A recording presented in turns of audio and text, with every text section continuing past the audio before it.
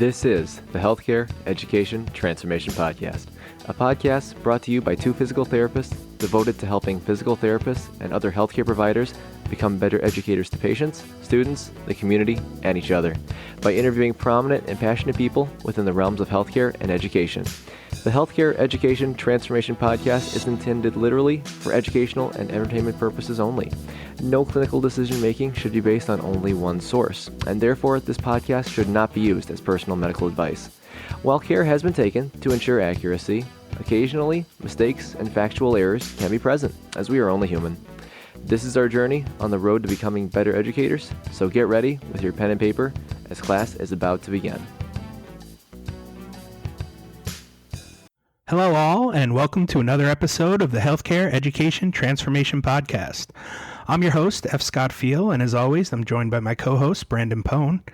We're continuing to branch out in the world of healthcare education in an effort to help all healthcare practitioners learn about what goes on in the educational programs of other disciplines, in an attempt to help us better understand what our roles are in the spectrum of patient care. Tonight, we have the pleasure of having nurse practitioner Heather Hart on the show. Heather received her BSN from Belmont University in 2009 and began her nursing career at Skyline Medical Center on the cardiology step-down floor. Then she advanced to a charge nurse position where she developed a love for critical care nursing.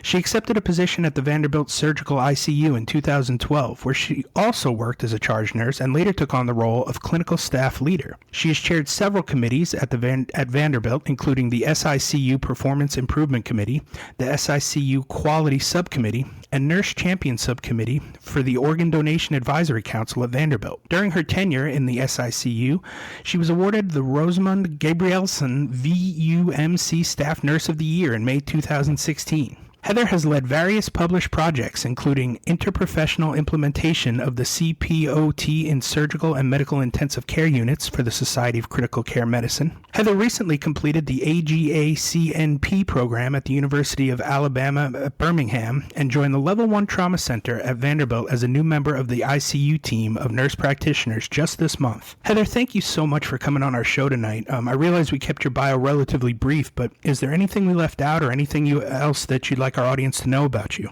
I feel like it wasn't brief. It was very kind, and I think that kind of sums it up in a nutshell. Awesome. Well, just reading and kind of hearing all that you've done, you've definitely seemed like you've done a lot over the course of your career, and that's awesome. And, for our listeners, perhaps, do you mind kind of telling us a little bit about your academic journey and how it led to where you're at today? Sure. So it's interesting. I think I'm one of a lot of people entering the healthcare world now that started in different worlds, had different careers prior to getting into healthcare. I initially got my BA in French and a BS in international economics with the intention of working in the wine industry. I graduated in 2006, also from Belmont with that. And I worked in Nashville in sales and kind of just getting my feet wet in the business industry here, and kind of in a very strange turn of events ended up reevaluating career choices. And I began taking some prerequisites for nursing school at Belmont. They had a fast track bachelor's to BSN in nursing that was a 16-month program. I got into it, and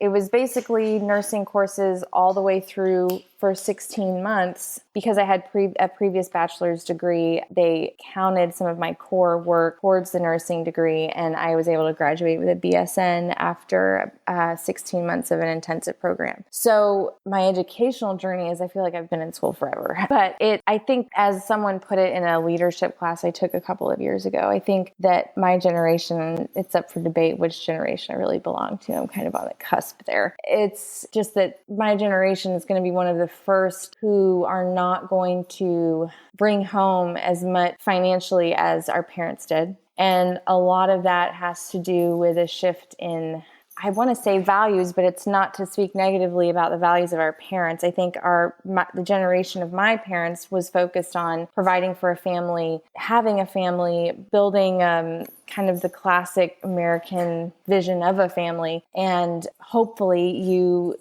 get to retire at a young age and then do what you want. And I think that the generation that's coming into industry, all industries right now, has a very different goal in life, and that is to feel purpose from day one, which is a lot of pressure. And we can get into that later because it certainly makes it challenging to manage and hire and retain people in this, I guess, the millennial generation right now. But at the same time, they're such an inspired and motivated generation to make a difference. And I think that we're seeing that in a lot of service industries, that there's a lot of people either changing career paths to go into a industry of service where they can feel like they are serving others, to have that sense of that gratifying feeling of, having a really profound purpose in life. And often that doesn't bring home a lot to the table as far as financially, which goes back to my original point that it's kind of very different from previous generations. So I think while my educational journey's been long, I think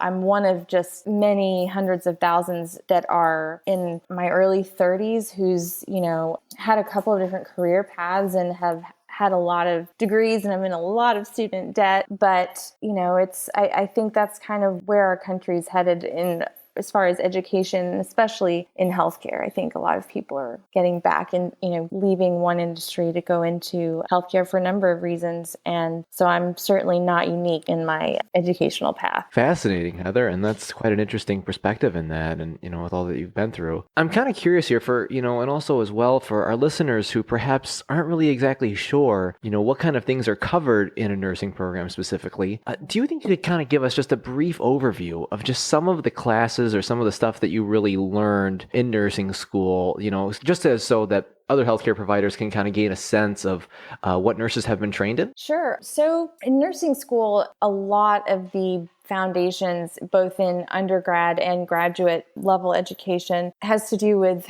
the study of pharmacology and pathophysiology. So while there is a focus on anatomy, there's it was more of a prerequisite, if you will, for my nursing program to have some courses in anatomy. But really, when it came into studying nursing, it was more about studying how the body reacts to disease and the disease processes and the organ functions in each system, and then how the body interacts with the drugs that we give it.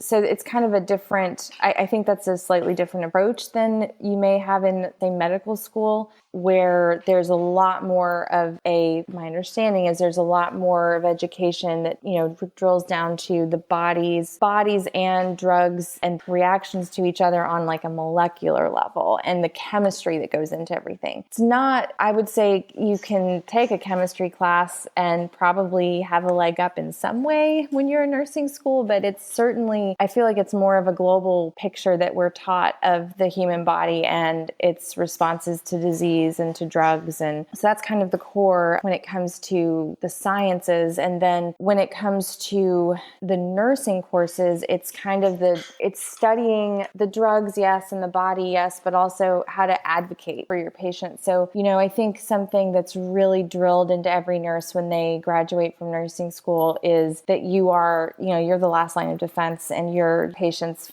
ultimate advocate. And often they're only advocate in certain parts of nursing where family may not be there or be there yet, and you are that final advocate at the bedside. And so I think that's a belief that is ingrained in all nurses when they leave nursing school. But the foundations are more in there, while there is some into the science and pathophysiology and study of pharmacology, you really graduate with I think a lot of tools in how to care for patients and carry out the plan of care that is set by the healthcare team. And there's a lot of focus on, it's not really the politics of healthcare, but where nursing stands in healthcare and the concept of shared governance, and even a bedside nurse having a voice in the policies that go into patient care. I've been really fortunate to be able to sit on a lot of committees that were interdisciplinary. And I think that the foundation of shared governance that I was taught in nursing school was really valuable. And I think that's something that potentially isn't really taught in every healthcare discipline, but I think nursing schools are doing a really good job of fostering an environment of of promoting evidence-based practice and really ensuring that they're graduating nurses that still need a lot of experience at the bedside, but are at least going to the bedside with a good foundation of understanding the human body and how the body reacts to disease and to drugs, and then how to best advocate for the patients in the healthcare setting. Yeah, Heather, that's awesome. That's a great perspective on that. I see a lot of parallelisms with nursing and with physical therapy, because same thing. A lot of our experience is we get so much time with our patients that we have, a really good grasp on the patient experience, and what it means to kind of advocate for them and to really meet goals that they want to set, not necessarily, tiny goals like, range of motions and strengths, but like, hey, I really want to be able to pick up my grandchild again. Oh, okay. Well, then let's work toward that, even though that may not be the original task that was handed down, so to speak. And I have to admit, I already kind of know a little bit about the world of nursing and nurse practitioners because my sister-in-law is a nurse and my brother is a nurse practitioner. But for our audience who isn't aware, could you maybe tell us about the process of transitioning from nurse to nurse practitioner and the differing responsibilities of the two titles? The difference between a nurse and nurse practitioner and the difference in responsibilities. Yeah, I think, the nurse practitioner and every state has different laws surrounding the scope of practice for nurse practitioners. But for example, in the state of Tennessee, they just passed legislation that in the state laws, it's the nurse practitioner and physician relationship is described as not one of supervising one over the other. So not one of which historically it was that all nurse practitioners had to have what they called a quote unquote supervising physician. And now it's described as more of a collaborative relationship. So I'm working on getting credentialed right now, and all of these documents and things that I have to have signed and stamped and sealed are all being rewritten to talk about the collaborative relationship. So while there are still some documents that list, who's my supervising physician, when it comes to describing the actual roles in action, it's more of a collaborative relationship. And so in the state of Tennessee and in most states, nurse practitioners can prescribe medications, diagnose, treat, and prescribe. So to the average American who's not in healthcare, if they go to see a nurse practitioner and compare it to a visit with an MD, they're really not going to sense much of a difference. While there's a vast difference in the training and what goes into each role, what is delivered to the patient is very similar and often can't be really differed one from the other. How that differs from a nurse is nurses don't have any prescriptive authority and they don't diagnose. They carry out orders and advocate for patients and assess, and their treatment and assessment of a patient in an ideal world as a nurse practitioner, I rely very heavily on the nurses taking care of a patient to report changes to me, to pick up on things, to assess the patient, and then I can go in and help tie the pieces together and build what they're bringing to me into the plan for the patient. So I would say stepping into this role, the biggest change for me is it's really quite a big step back from the bedside and having a more global view. I think in some of the times where I felt the most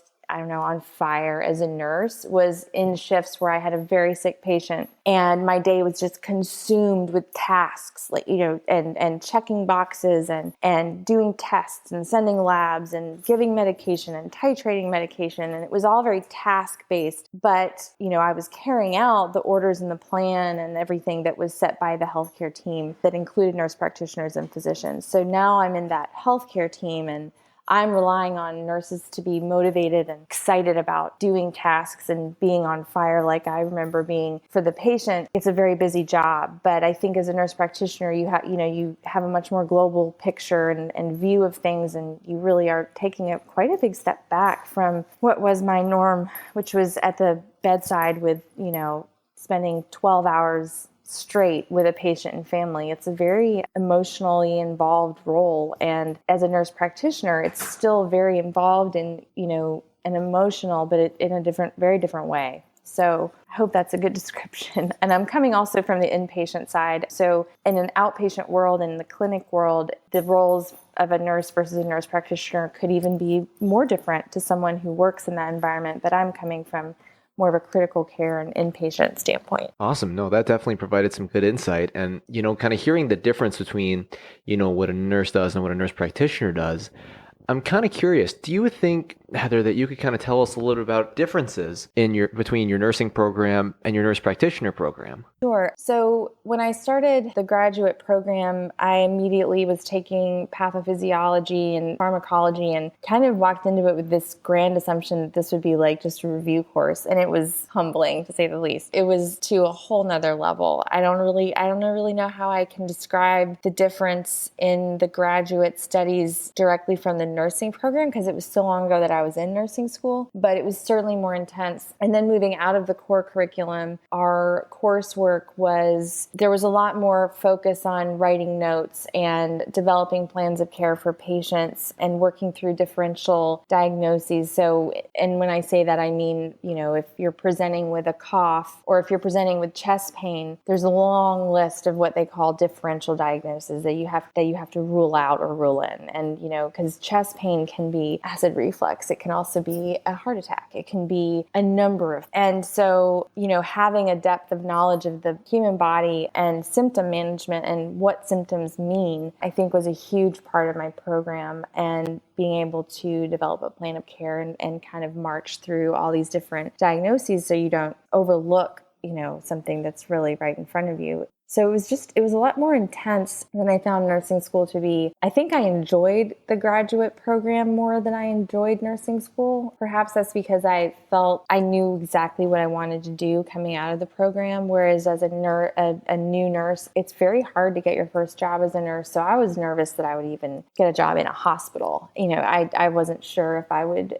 get what I wanted starting out. So I don't know, it was just a lot more intense, a lot more at stake, a lot more research driven. There was a lot of research that you had to do in the graduate study, and there's even more research and that level of education when you talk about doctors of nursing practice, DNP programs that are out there now. It doesn't change the scope of practice of a nurse practitioner, but it is considered the terminal degree, and it's more research focused. But I guess that's in a nutshell the difference between the two. More of, I guess, an intensity thing. Yeah, gotcha. Definitely focusing on, kind of prepping you for that role as kind of being more of the oversight or overseer, of kind of the patient's care more so comparatively to just the traditional nursing school. I think that was very interesting, good points. And Heather, from your perspective, what are some of the troubling issues currently facing nursing education, and where do you see the future of nursing education moving towards? I think that there's a lot of great things in nursing education, and there's a lot of struggle as well. I think that where our healthcare industry is right now, the demand for advanced practice providers like nurse practitioners is going up. So there is greater demand for people to go back to school from the bedside and become nurse practitioners. They're also paid a higher rate. There's a lot of motivations for people to, in order to meet the demand, there's a lot of bridge programs out there, similar to what I did to get my BSN, but there's bridge programs out there now where you can go from having a bachelor's in whatever field and go through a bridge program and graduate actually with a master's degree as a nurse practitioner. The great thing about these programs is that they are graduating hundreds and thousands of nurse practitioners into the healthcare industry and meeting this demand. However, a lot of these programs are not at their core designed, or there's not a lot of built-in time to give you a lot of experience at the bedside. And I think that's creating a bit of a rift in the industry from a nursing perspective, because when I graduated from nursing school, I knew I probably wanted to go back to school and become a nurse practitioner, but the thought of that level of responsibility over someone's life was very alarming. And I just felt like, and I remember when I was interviewing at Vanderbilt for my first job in the surgical ICU, they were asking me what my long-term plan was. And they said, do you plan on going back to school? And I said, maybe, but I feel like I need to be an expert nurse before I can go back to school to become a nurse practitioner. And I think that that's always been a very commonly held belief in the nursing industry, that you become a nurse practitioner when you've reached the level of an expert nurse. But the demand is such that there are more and more of these programs being built and graduating nurse practitioners that actually haven't spent any time at the bedside. So they're certainly equipped with the knowledge base that I got from the program I just completed for my MSN, but they're not coming into the role as a nurse practitioner with a ton of experience at the bedside as a bedside nurse. And I'm concerned about that. I think there's a lot of liability in that. And while I think it's there, we have to, our country and the industry needs to meet that demand. It concerns me that we're graduating a lot of people into the industry that haven't had a lot of experience already in healthcare, and especially not as a nurse. The other thing that concerns me is that as the demand increases and as more people enter the field of nurse practitioners and there are more people to advocate for independent billing and a more solid scope of practice across the country. And listen, I believe we should have it. I think that you're certainly prepared with these educations to have all of that. But there are more and more people coming into the field that probably really could use a couple of years at the bedside before using their NP license. And I know several people who have graduated from these bridge programs and had that realization and spent a couple of years at the bedside before taking their first nurse practitioner job. And so I think that's a great workaround to that. They got the best of both worlds. They got to complete a bridge program, which is expedited, but all the education that you need, and also spending time at the bedside prior to advancing to the next level. So I guess that's one thing that concerns me, or a lot, is what we're doing to meet that demand for nurse practitioners. In the world of nursing, some of the challenges I think we're facing right now is that this new wave of nurses coming into the field that are of this latest generation, they have this incredible desire to feel purpose and to have an effect and to have a real effect in the world. And they've also grown up in a culture where they have immediate gratification. And so I think there is a lack of patience for that prize of feeling purpose. I mean, I just think that as a brand new nurse, it's a really hard job. I mean, you go from, I feel like I had a little more worldly experience when I graduated from my nursing program because I had already had a previous career. But, there's 21, 22-year-olds that are graduating from college and may have not had a lot of jobs leading up, through college. And their first job is taking care of people's lives. And it's a huge responsibility. And I think that, there's been a couple decades of young men and women that went to, their middle schools and high schools, and they were getting, or elementary school maybe, and were getting medals for showing up to a race, prior to running it. And so it's this world of, everybody gets a slap on the back and a thank you for showing up. And that's just not ever, I feel like that's just not been the culture in healthcare. It's too tough for that. And rightfully so. It's very high risk. And I think that that's a struggle that I had managing and leading people, is trying to be really engaged and encouraging and lift people and help them feel more motivated and give them encouragement, while also saying, I'm not going to give you a gold star for showing up on time. And if you think that's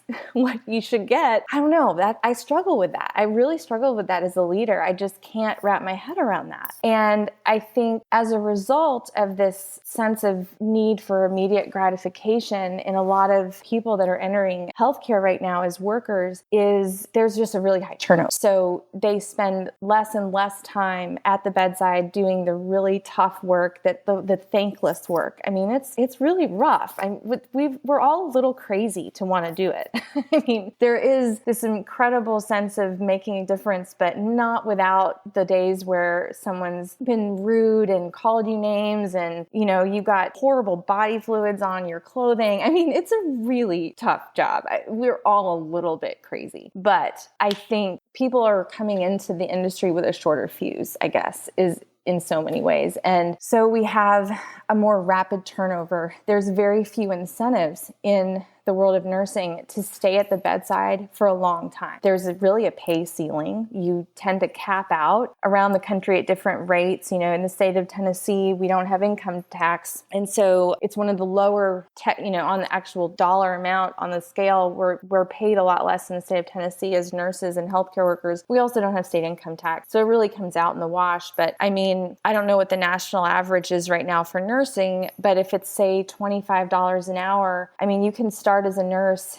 in the state of Tennessee at like roughly $20 an hour and put in 15, 20 years, and you're going to cap out at about $35 an hour. So that is it is a hard job to stay in for that kind of cap. So there's little incentive to stay at the bedside and be just a wealth of information and so resourceful to the younger generation of nurses. And then the younger generation of nurses, I think, are coming in with a shorter fuse. So they're staying at the bedside for less time before pursuing graduate level education. And so I feel like we're arriving at kind of the same conclusion that I think a lot of people are moving on in their careers as nurses and nurse practitioners with less and less bedside expertise, and that worries me. Yeah, I think you hit a great point there, Heather. The participation trophy never really helped anyone, and with anything that you do, I think we're realizing, and I hope, I know it's not just the field of physical therapy. I'm sure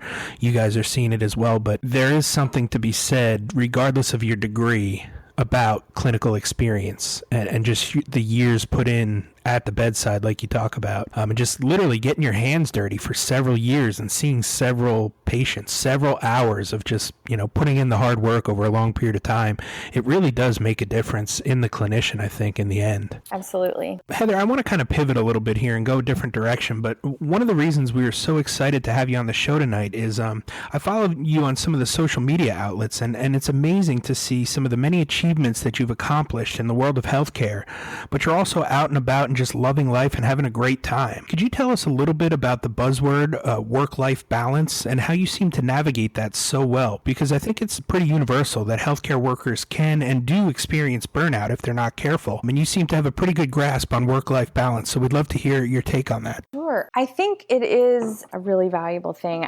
I'm really blessed that my husband is super supportive and he's not in the healthcare industry. So there's certainly been shifts that I've come home and I am just battle weary. And, it's hard for me to communicate with him after some of these shifts. But I actually think that being with someone who's in a whole different industry really helps to do a little bit of healthy compartmentalization.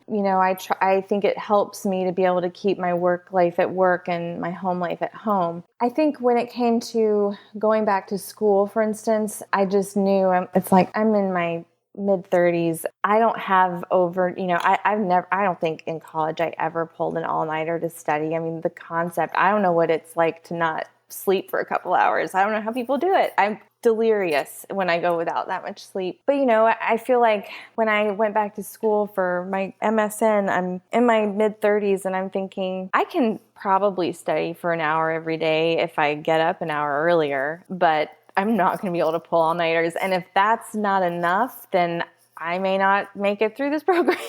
So I think I set some boundaries for myself. I just tried not to kill myself with all of the work and just doing too much. That being said, I think I had to just also prioritize time that I would spend away from work and from school. And that was really helpful in the end, I think. So, I think the main keys are having people in your life that aren't in the same industry as you, so you can really separate yourself. I think it's also important to have people that you're close to that are in the same industry so that you can vent. There's certain things about work that I don't want to talk about at work, but I probably need to get off my chest. So having people that you can speak to is really important. And I think making time for your own, mental health, whether that, exercise or hobbies, I just think all of that's really important. I was really never, when I was maybe in middle school, I was a runner, but so probably the second year I was at Vanderbilt in the ICU, I just started running. And I think it became therapy for me in a way. I get a lot of thinking done when I'm running, and I can replay a lot of scenarios when I'm running. And I think that's something that happens to people who work, especially maybe in critical care. At least it happens maybe more frequently when you're in critical care, that you are in these very intense situations, and then you come out of them and they play like on a loop in your head for days, and you just dissect every action, every word spoken, everything you did, and it's kind of a way of reflecting and growing and learning, but you can really get lost in your head when you work in such a high stakes environment. And so I think finding an outlet for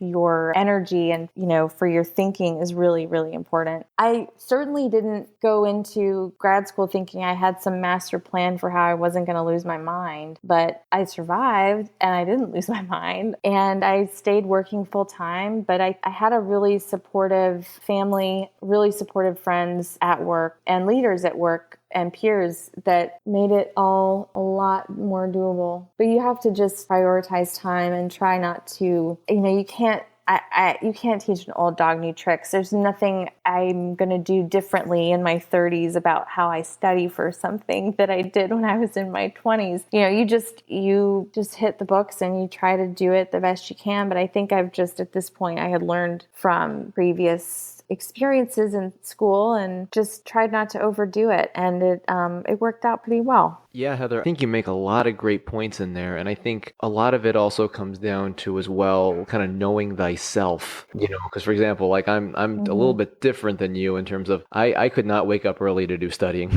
I'm the opposite. I'm the kind of person that would do it late at night and then sleep in, that's just me. And that's fine. There's variance between everyone and I think that's something to be respected. And I think what you said too before about, when a clinical situation has occurred and you're replaying it constantly in your head. I mean, with me being 2 years out as a therapist, I've gone through that quite frequently as well, especially my first year, and I still do to this day. And I think for me, the biggest struggle that I've had to face is not to internalize it and not to think that, I look back, I'm like, what? I should have done this. I should have said this. I should have perhaps modified and done this, and not let it really get to me, because I would used to think about it all the time, like, Brandon, you messed up. You should have done this. You should have done this. It would have been way more effective, blah, blah, blah. But instead, I'm like, I got to reflect and not dwell on it and move on, because it's just pulling me down even worse and it's just not getting me anywhere. Yeah, absolutely. You have to stay out of your head. But there's lessons that can be learned and you can grow from thinking, but certainly it's easy to get lost. And, that's, I think, where a lot of burnout starts. And I think there's a lot of symptoms of burnout that we don't realize we have. I think it's really important to stay educated on recognizing signs of burnout. There's an amazing nurse that I work with who I was lucky enough to be her leader in the last year and a half. And I've always looked up to her. And and she and I just were having like an evaluation at the end of the year last year, and she just expressed that she was feeling really burned out,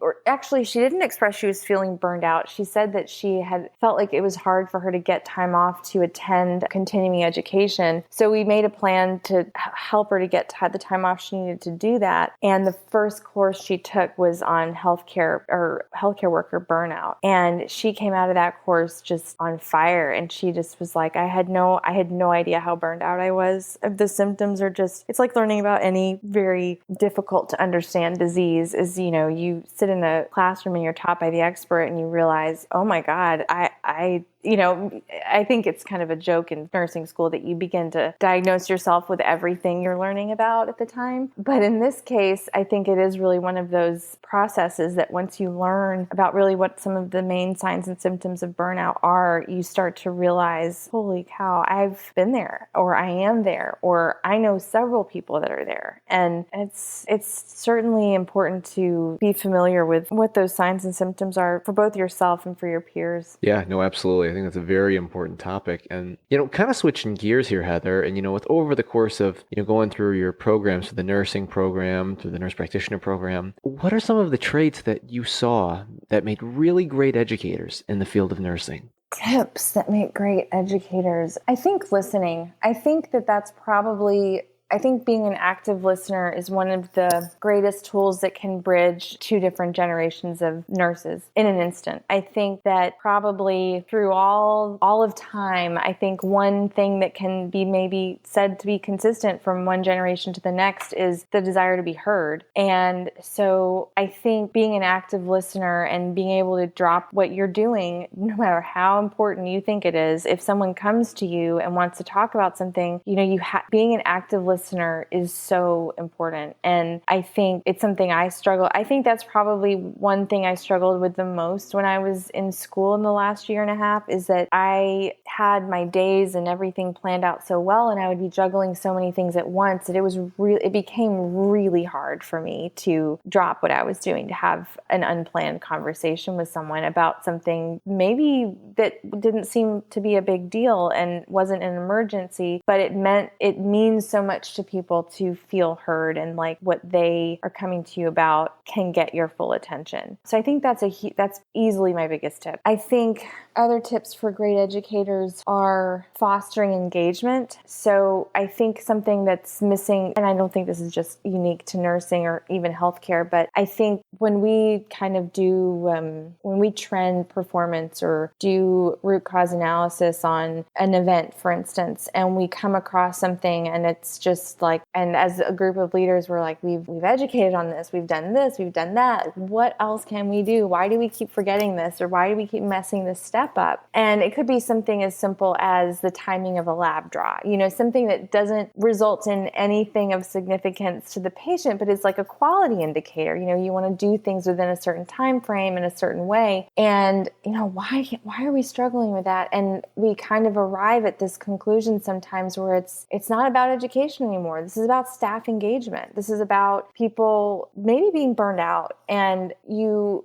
I think as any educator, if they can learn how to foster and support engagement from their staff, it makes such a difference, because suddenly all the knowledge you've equipped someone with will click. Whereas if someone becomes really disengaged from their job, those people worry me, because no matter how much education you put out there, no matter how much support you offer, if it's not going to re-engage them, you're kind of stuck up a creek. And that's a very difficult position to be in, I think, as an educator and as a leader, when you're recognizing disengagement. And so I don't think I have a really ultimate tip on how to engage people. I think maybe step one is being a really good listener. But yeah, engagement and listening for sure. I think that's a great way to kind of bring it back full circle, because we see a lot of that in the physical therapy field, especially with our evaluations. We're finding now more and more, I think, that it's so important to just ask your question and then shut up and just listen. Listen to the patient tell the story. Listen to the patient explain to you, and you'll get your answers.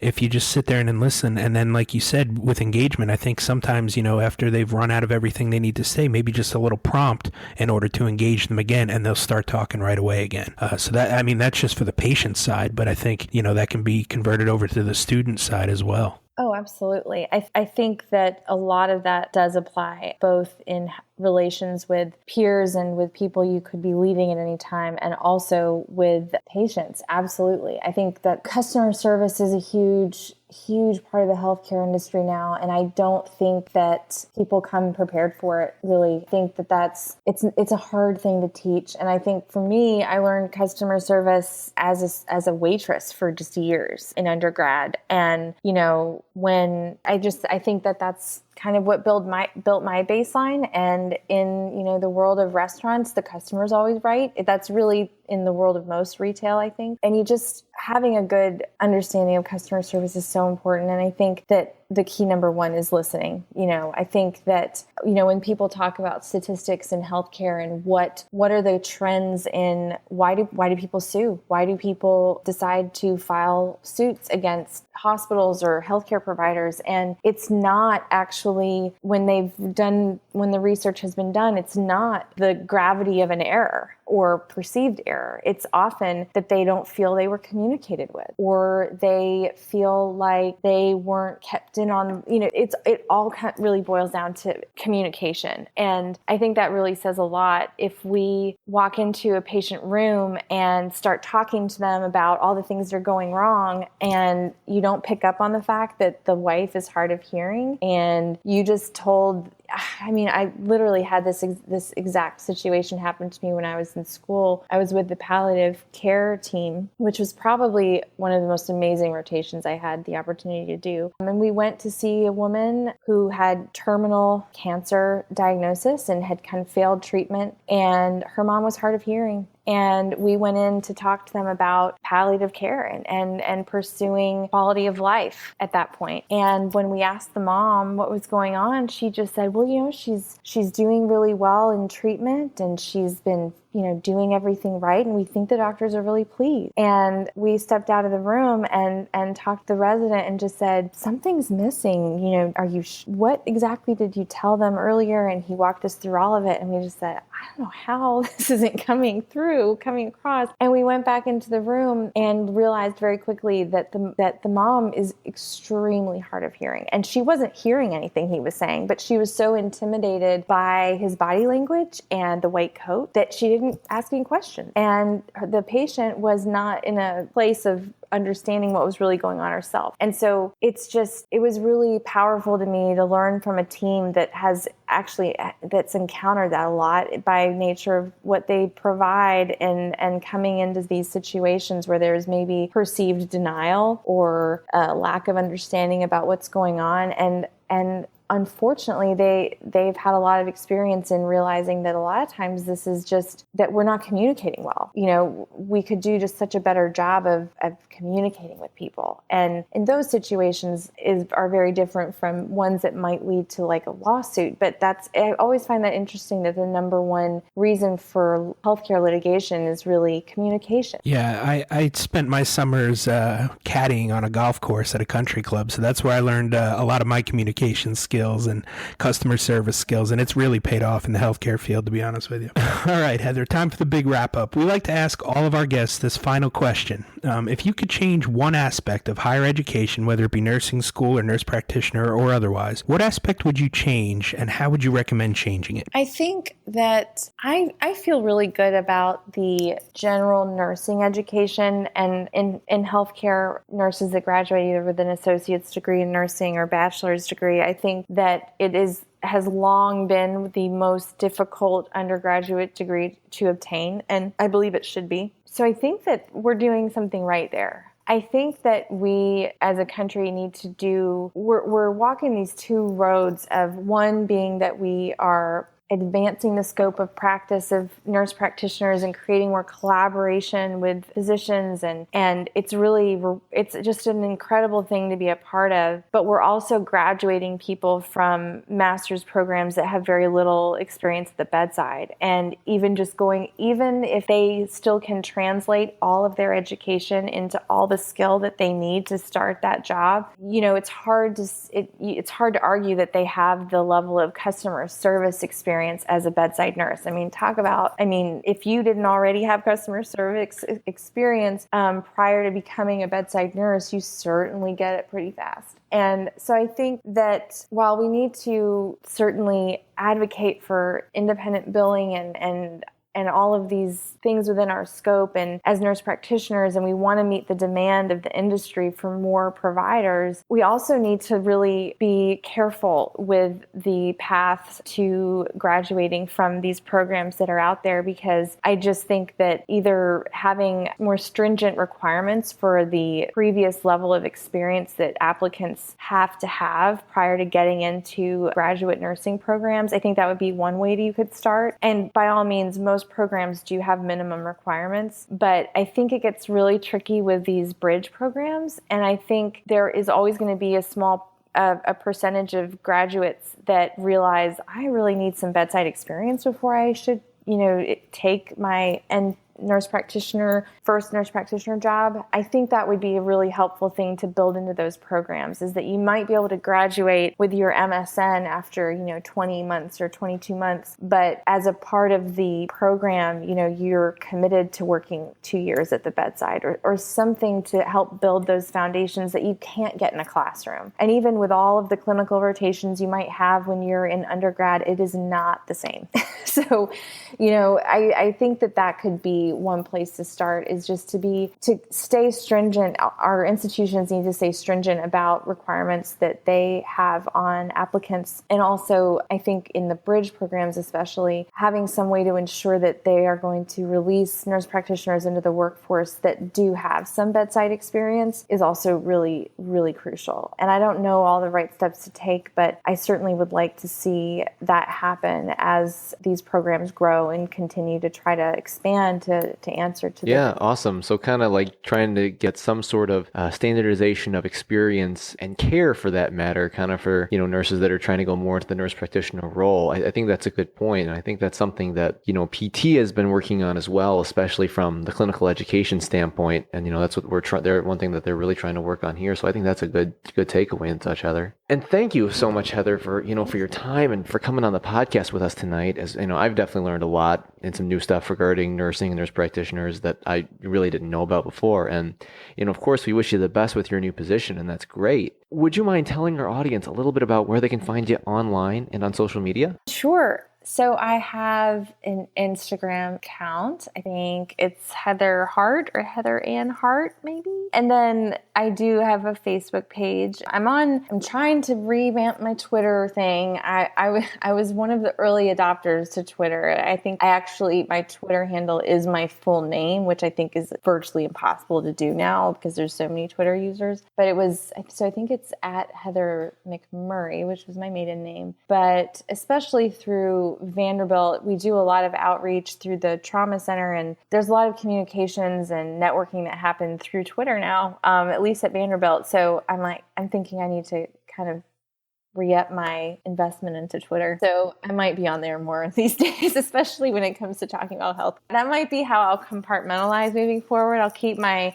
Facebook and Instagram more about, bathtubs and gardening, and keep my Twitter feed more about the woes of the healthcare industry. All right. Yeah. Well, thank you so much for coming on, Heather. And we will put all the links and such to everything as well in our show notes as well. And thank you so much for your time and for coming on. Yeah, thanks so much. Thank you so much. Pleasure is mine too. Thank you for attending class today, and we hope that you learned something and gained value from the content.